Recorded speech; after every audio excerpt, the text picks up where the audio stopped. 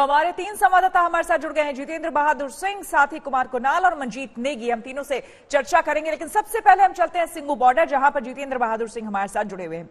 जितेंद्र, आज एक अहम बैठक, छठे दौर की बातचीत होने वाली है किसानों और सरकार के बीच में। इस बीच रक्षा मंत्री का यह बड़ा इंटरव्यू, जिसमें उन्होंने बेहद सकारात्मक तौर पर यह कहा है कि हमें पूरी उम्मीद है कि इस बातचीत से कोई ना कोई हल जरूर निकलेगा। और बिल्कुल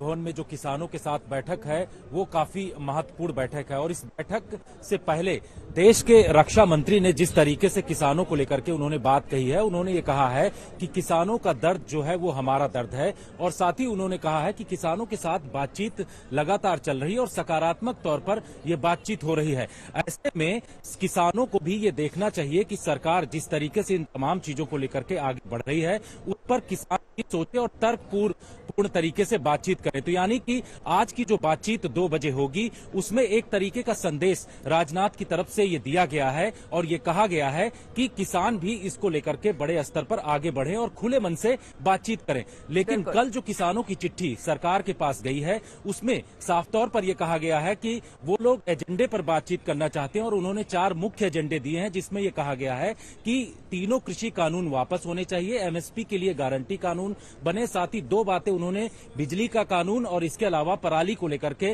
जो लगातार उनकी मांग है उस पर वो लोग बातचीत करने के लिए वहां पर जाएंगे। तो उनकी तरफ से ये साफ कर दिया गया है कि जब तक तीनों कृषि कानून वापस नहीं होते हैं तब तक वो लोग अपना आंदोलन ऐसे ही जारी रखेंगे। आंदोलन का आज 35वां दिन है श्वेता, और अभी यहाँ की जो स्थिति काफी अहम है, आज का दिन काफी अहम। जितेंद्र, आएंगे आपके पास, चलते हैं हम गाजीपुर बॉर्डर, जहां पर कुमार कुणाल हमारे साथ बने हुए हैं। कुणाल, रक्षा मंत्री की बात है, चूंकि वो कृषि मंत्री भी रह चुके हैं, उन्होंने कहा कि किसानों का दर्द हम बहुत ही बेहतर समझते हैं और खास करके अपने बारे में उन्होंने कहा कि मैं बहुत बेहतर समझता हूं इससे।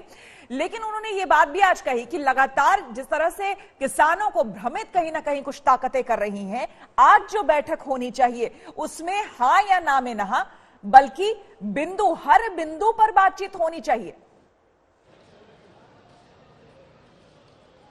बिल्कुल, और यही बात हम बीच किसानों के ले जा रहे हैं, क्योंकि हमारे साथ बहुत सारे किसान भी बैठे हुए हैं और उनसे भी हमने बात की है कि राजनाथ सिंह ने जो बात कही है, राजनाथ सिंह कह रहे हैं कि कृषि मंत्री रह चुके हैं, बात हाँ ना में नहीं होनी चाहिए, बिंदुवार तरीके से होनी चाहिए। आप लोगों को क्या लगता है क्या कि आप जो हाँ ना पे टिके उससे भी आपको भी थोड़ा अपना रुख नरम करें?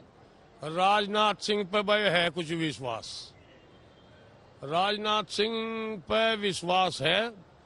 मुद्दे तो ये जाने, मुद्दे तो चलानी, कुकर चलानी, हम तो नुचारे बिल्कुल खत्म करो और राजनाथ सिंह बीच में आके इसका समाधान करें। राजनाथ सिंह समाधान करें तो आपको लगता है, आप लोगों को क्या लगता है क्या कि आज कुछ दिशा और दशा बदलेगी? देखो, एक शैली है शुरू से आंदोलन की, सभी नेताओं की, जो सिरमौर बना रखे 30-40 लोग हैं। बिल वापसी की बात है, संशोधन की बात को यही नहीं। जब 1 महीना हो गया बिल वापसी की बात करते हुए, आज संशोधन क्यों करना है? बिल वापस होगा तो घर वापस जाएंगे, ये चलिए ठीक है, भी घोषणा कर रहा है। चलिए ठीक है, इंतजार करना पड़ेगा इस बैठक का कि इस बैठक में क्या कुछ निकल कर आता है कुणाल। लेकिन चलते हैं मंजीत नेगी के पास। मंजीत, जिस तरह से कई मुद्दों पर हालांकि रक्षा मंत्री ने बातचीत की, लेकिन चीन को लेकर लगातार उन्होंने ये भी बात की कि अभी तक जितने दौर की बातचीत हुई है वो बेनतीजा रही है, यथास्थिति अभी भी बनी हुई है। लेकिन चीन जिस तरह से चालाकी करता रहा है, जो उसकी विस्तारवादी सोच रही है, ऐसे में भारत के लिए निपटना आने वाले दिनों में क्या लगता है आपको? देखिए, फिलहाल रक्षा मंत्री और सरकार के रुख से साफ है कि सरकार एक आक्रामक रणनीति के तहत चीन के साथ आगे बढ़ना चाहती है। क्योंकि कल आपको याद है, वायुसेना प्रमुख air chief marshal RKS Bhadauria ने भी एक बड़ा बयान दिया था कल देर रात। उन्होंने कहा था कि चीन की वायुसेना और चीनी सेना एक सोची समझी रणनीति के तहत सरहद पर अपनी हवाई शक्ति को बढ़ा रही है। और अब रक्षा मंत्री ने जिस तरह से साफ किया कि अगर चीन के साथ फिलहाल जो सेनाओं की तैनाती है, भारतीय सेना की जो तैनाती है वो बनी रहेगी, क्योंकि बहुत सकारात्मक परिणाम अभी तक की जो करीब 8 से 9 राउंड की जो बातचीत हुई मिलिट्री स्तर की, उसके कोई नतीजे नहीं निकले। और अभी आपको याद होगा कि करीब 1 से 1.5 महीने का वक्त हो गया है, दोनों सेनाओं के बीच में सैन्य स्तर की कोई बातचीत नहीं हुई है। अभी पिछले हफ्ते डिप्लोमेटिक लेवल पर WMCC की बातचीत जरूर हुई थी, जिसका रक्षा मंत्री ने जिक्र किया। लेकिन अब भारत के रुख से और खासतौर से रक्षा मंत्री ने जिस तरह से 2 टूक कहा है कि अगर इस तरह के हालात बने रहे तो बहुत ज्यादा उम्मीद इस स्तर पर नहीं की जा सकती है। तो ये साफ है कि अब चाहे आने वाले दिनों में जो बातचीत होगी सैन्य स्तर की, तो भारत का रुख किस तरह का रहेगा, क्योंकि भारत एक लंबी लड़ाई के लिए सरहद पर जिस तरह की तैनाती है, लद्दाख से लेकर अरुणाचल तक सेनाओं की तैनाती है, और इस वक्त सबसे ज्यादा बर्फबारी है, आने वाले दिनों में और ज्यादा मुश्किल हालात होंगे, लेकिन भारत की तैयारी पूरी है और उसी बात को रक्षा मंत्री ने सामने रखा है।